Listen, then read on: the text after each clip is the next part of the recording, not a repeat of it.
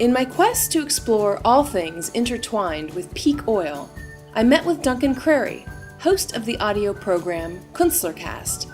Duncan gave me a tour of Troy, New York while we talked about walkable cities, the adaptive reuse of its original buildings, and the reactivation of our city's waterways.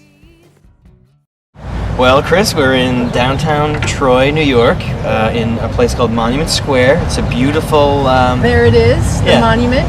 And Monument Square is a beautiful outdoor public room for the public to enjoy. We don't see too much of that in suburbia, where everything is privately owned. It is a small, livable city. It went into a period of decline, but now it's making a comeback because people want to live in a world where they can walk places, and they can enjoy recreation, and they can work all in the same neighborhood. The streetscape we're looking at is a pre-automobile urban fabric. It was designed before the days of the car.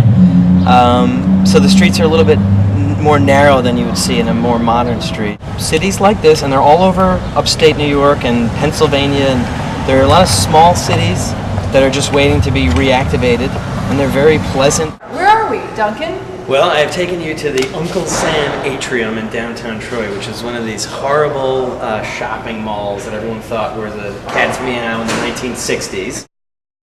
In the distance, you can actually see some real architecture behind us. But this mall failed. There aren't any stores really left in it. However, the reason why I brought you in here is it's got an interesting adaptive reuse. Now again, this is a downtown urban shopping mall. It's not out in the suburbs like most of them are.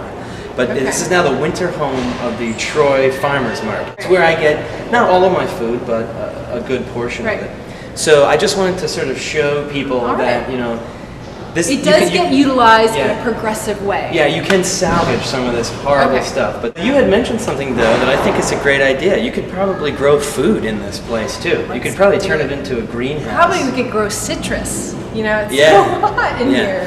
So behind us is actually, not all malls are inherently evil. Behind us is the Freer Bazaar building, which is like a 19th century enclosed shopping mall. The point is, you know, these chain stores can actually be good citizens and occupy intelligent, attractive architecture. Right. And there's no parking lot for the CVS there. You know, it's your neighborhood. This one is actually your neighborhood drugstore. Exactly. And that is a point that James Howard Kunstler makes, the author of The Geography of Nowhere. He always tries to tell people at you know, planning meetings and stuff, don't fight too hard against the programming. You know, like, you know, if Starbucks wants to open up a cafe in your town, you don't have to fight too hard. Right. As long as Starbucks isn't going to build this disposable box that'll be worthless when they go out of business. Right. Troy's a pretty decent public transportation system. It costs $1. Affordable? Great. It's $1. $1. I think a lot of people are starting to ride the bus now because of the gas prices. And you know, I could afford the gas, but I ride the bus too, just because I feel guilty about driving. But I also don't have to hold the steering wheel when I'm riding the bus. I can read the newspaper.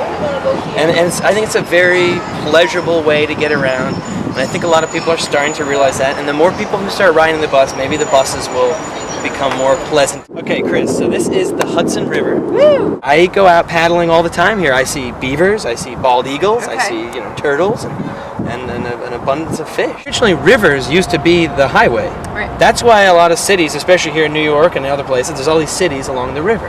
Now we've turned our backs to the river in most places. I think that's because originally the rivers were very polluted, and there was a lot of, you know, smelly coal-powered boats on them, and they were the equivalent of the highway. Right. But here's the deal: it's not like that anymore. Right. So we need to start reinvesting in water transportation, and we need to make the reward of not taking your car to be there. I think you're going to see a lot more barge traffic, though, in like 20 years as we start to use our waterways again. Right. Because it's a slow way to move things, but it's the cheapest way to move things.